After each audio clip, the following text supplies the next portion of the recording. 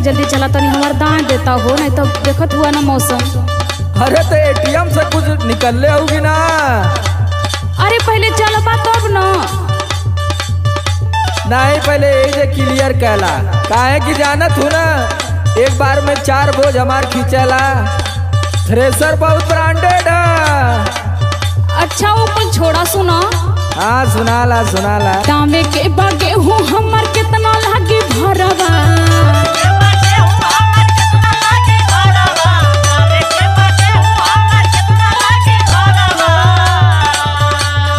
दामे के बागे हूँ हमर कितना लागी भरवा, थ्रेसर लेके चला हो ड्राइवरवा।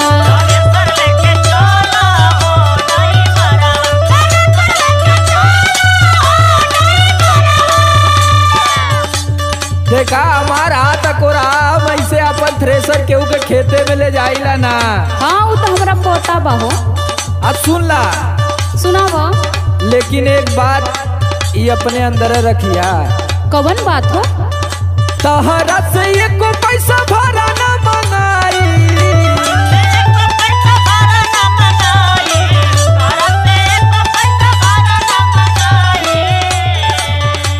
गेहूं के बदले चूमा दे दिहा भौजाई।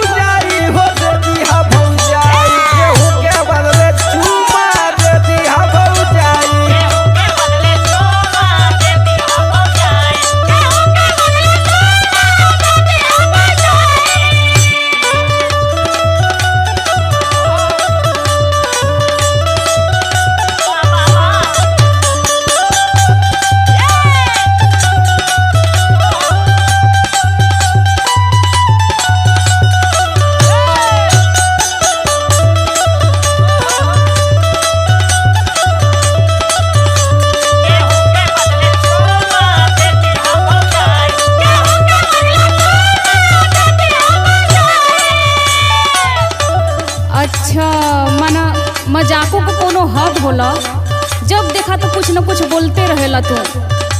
जाना तू कि हमार मजाक कभी कभी सीरियस भी रहेला। अरे वो हमारा पता बा, हमारे से अच्छा के जानी। तब तू खुद एक्सपीरियंस वाली हो। सुना सुना, ढेर मत बोला। सुनाला सुनाला। बेसी बेसी बोला जॉनी, देखी मौका फाफा।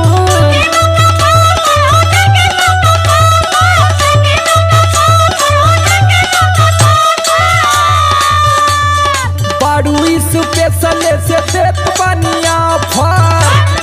अरे रहे ना हो तुम्हारा सीमित समय तक ऑफर है। बेसी बेसी बोला जानी, देखी मौका फाफो। बाड़ू स्पेशल से देत बनिया फल। और सुना दूसरा से बात जानी दी हम तू बताई,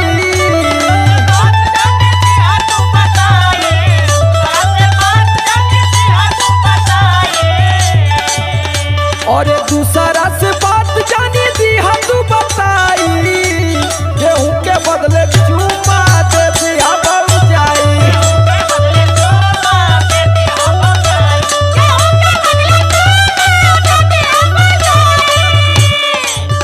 और दे दी हम भौजाई हो, दे दी हम भौजाई हो, दे दी हम भौजाई, गेहूं के बदले चूमा दे दिया भौजाई।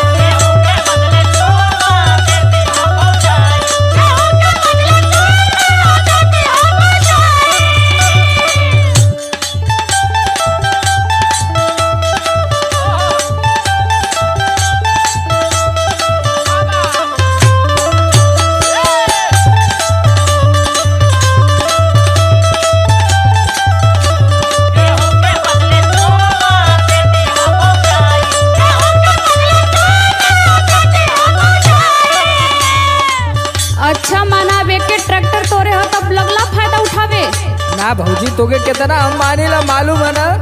अरे वो तो हमके मालूम है बा, लेकिन सुनो तोरे एक बार कहले पे हम धनंजय यादव के दाद अली पैसा आज तक ना देना। तो जाके उनसे मिला, हमके काहे कहता रहा। आ देखिला हरदम पर्स जेबा में लेके चला न। सुना सुना सुनावा। फायदा उठाव तारा तू मजबूरी के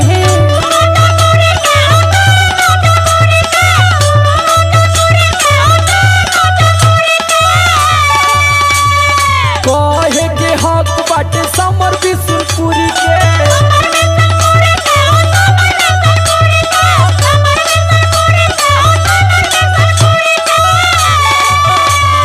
फायदा उठाव तारा तू मजबूरी के कहे के हक बाटे समर बिशुनपुरी के। और यो बात सुन ला का शक्ति सोना कहे काम जल्दी हो जाई।